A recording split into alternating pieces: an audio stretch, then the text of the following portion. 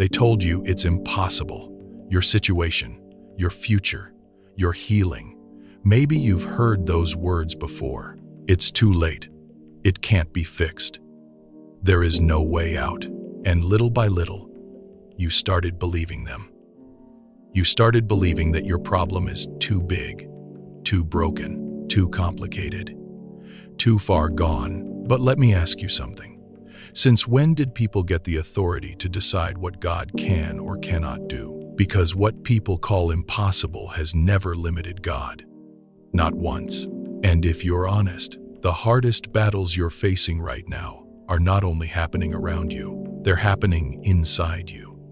The voice in your head keeps saying, "It's over. It's too late. Nothing will change."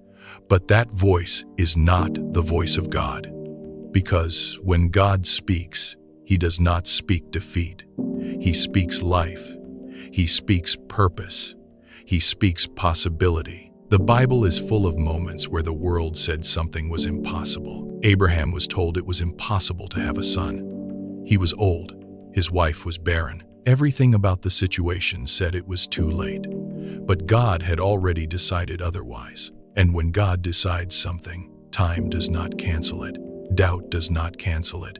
And people certainly don't cancel it. Then there was David, a young shepherd boy standing in front of a giant warrior. An entire army was terrified. Experienced soldiers refused to fight him. They said there was no way a boy could defeat a giant. But David wasn't trusting his strength. He was trusting God. And when the battle started, the giant fell. Then there was Lazarus, 4 days in the grave. The funeral had already happened. Hope was already buried. Everyone believed the story was finished. But Jesus stood in front of the tomb and spoke just 3 words, "Lazarus, come out," and death itself had to obey. Maybe the reason you feel stuck right now is not because God has abandoned you. Maybe it's because you've been listening to the wrong voices. The voice of fear, the voice of doubt, the voice that keeps telling you nothing will ever change. But those voices do not come from God.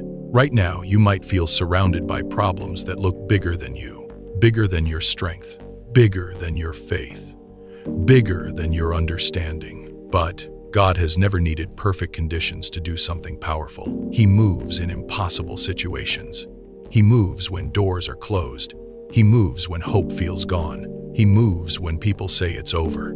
So listen carefully. Your situation may look impossible.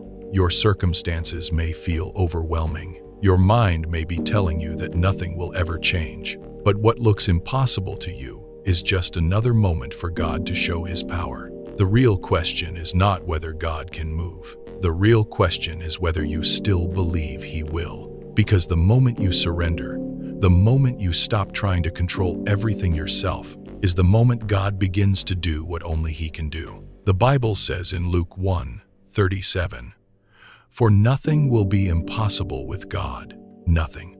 Not your past, not your mistakes, not your situation, not the battle you're fighting right now. So before you give up, before you decide your story is over, before you believe the lie that nothing can change, remember this: what people call impossible, God calls possible. And your story is not finished yet.